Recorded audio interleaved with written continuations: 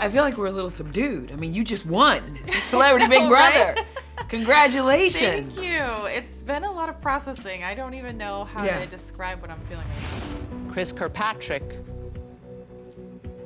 Congratulations, Miesha.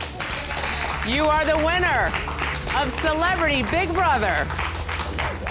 It seemed like when they announced it that you were, there was kind of a look on your head like, is she really, I mean, huh? Yes, that is very accurate. I was like, this is not real. I'm like, I'm gonna wake up tomorrow and I'm still gonna be in this house and I have yet to win this thing. And it's taking me a minute to process that this is actually done and I have won Celebrity Big Brother. I thought it was really lovely because in your speech you were talking about how you really did this because you wanted to be an example for your daughter. I came in here with a goal to inspire my daughter and my children to dream big and for my little girl to see that girls can do it too. Girls can be great and amazing. And I hope that I sent that message to the world. Do you think that you've accomplished what you set out to show your daughter? I sure hope so. It makes me emotional just to think about it. And I've been wearing this obnoxiously fierce blue nail polish most of all of the challenges for sure. I got it in my first HOH kit and I was like, this is a sign because my daughter's favorite color is blue. Oh. And so whenever I fight, I always wear blue or something blue and I've just brought her with me and she is my driving force. She is my strength in all of this. And I just wanted her to look at mommy and be like, mommy can do it, I can do it. And you know, just to know that this world is her oyster and she can do whatever she wants. So I hope that I did that. So I want to talk about you and Todrick because you all were the dynamic duo since day number 1. Yeah. I know it's early in this game to make like promises, but my heart feels like we would make a great final 2. Like, you know what I mean? Like, I love. I feel like I just got asked on a date. Everybody feared the two of you. I still don't understand. As much as I love Big Brother, I still don't understand why nobody targeted you all and got you out. Yeah. I don't get it. I couldn't believe it. I was like, there's no way that we are keeping our butts off the hot seat this entire season. And I came in and I was like, I don't really know what my strategy is, but I guess I've just got to play hard and try to win everything and just stay in control if I can. But after that first HOH, I was like, I definitely have a target on my back the size of the Celebrity Big Brother house right now. And I don't know how I'm going to be, this is it. I'm going to be fighting for the rest of the season. But somehow we only had to swerve once. Yeah. And I don't know. I mean, maybe it was the honesty. Maybe it was just really, I was very upfront with everybody. I was like, if I'm targeting you, you're going to know it. If I'm not, you're going to know it. And that's even more of a reason to try to get you out of the house. But at least maybe they were like, well, we'll trust the devil we know. Yeah. And maybe that's what it was.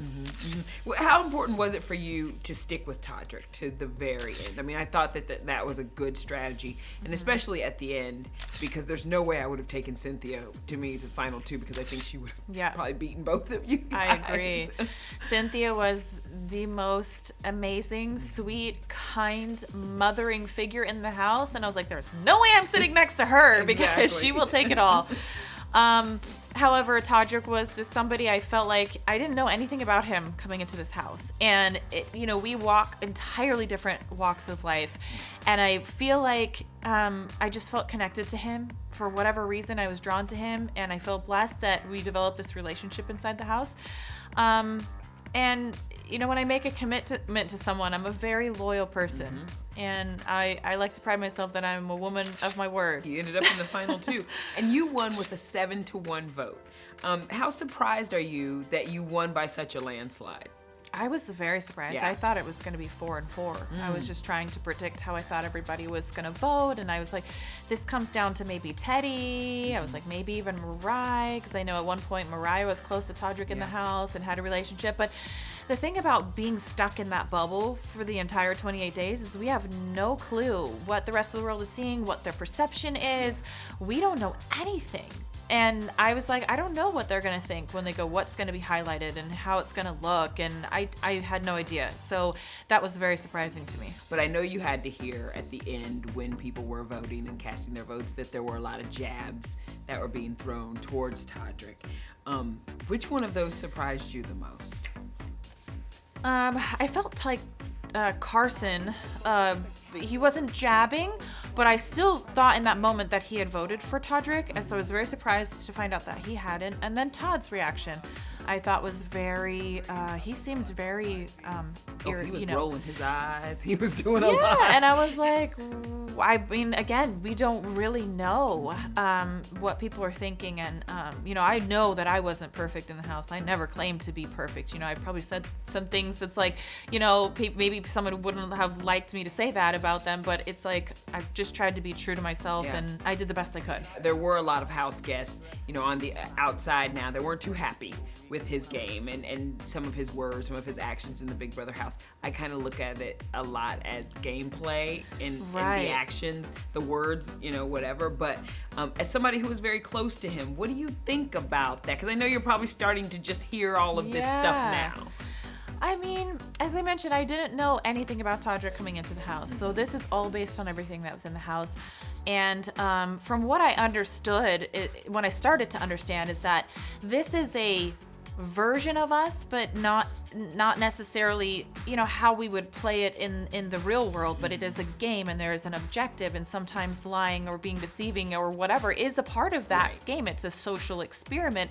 And I thought that him, finally late in the game, he admitted to me that he was a super fan and he's watched all 23 seasons and episodes. So I think he felt very comfortable with how the game could be played, which means that it could be played socially many different ways. And I was kind of like, whoa, I just had no idea. And I think he played the social game really hard, and I thought, I was like, I love Todrick. I think he's very genuine and he's a great person, and I hope that people aren't being too harsh on him, but I have no idea what has been I don't know. When you get your phone back, honey, it's gonna be a lot. I know. I'm like, oh my gosh. What does the $250,000 go to? What are you gonna spend it on? Oh my gosh! The first thing I want to do is just treat my kids to something. I just want to take them. I want to buy them some toys. I want to let them know that I love them and I didn't just disappear for no reason. This is all about them because they really are my driving force. Yeah.